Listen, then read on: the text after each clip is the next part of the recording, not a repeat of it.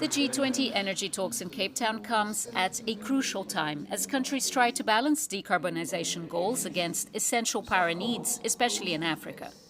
A continent richly endowed with natural resources, yet still largely poor, where hundreds of millions of people have never had electricity in their lives. It's important that we are able to manage this transition in a manner that takes into account our own domestic conditions. You need to balance that with the need to ensure that you don't stifle the ability of the economy to grow and get more and more people into employment, reskill people, ensure that there's upward socio-economic mobility of citizens of our respective countries.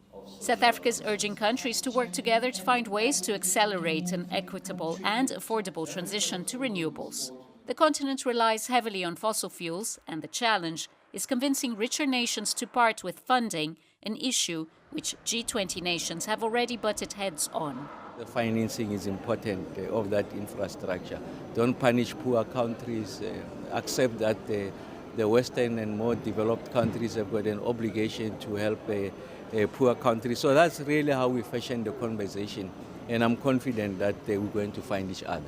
There are parties already taking the lead. The European Union has stepped in to develop green hydrogen, an industry that could unlock significant economic gains.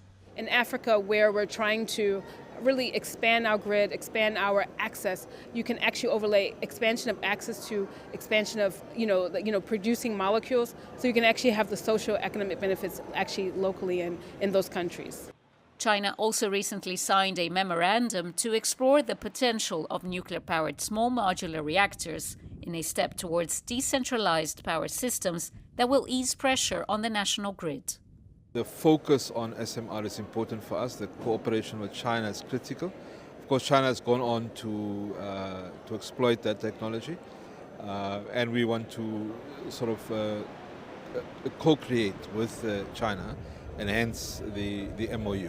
As global powers navigate tensions and trade-offs in the race for clean energy, South Africa is pushing for solutions that are not just green, but just. For the 700 million Africans still living without power, the stakes are clear, and the G20's roadmap may be one step towards lighting the way. Julie Shara, CGTN, Cape Town.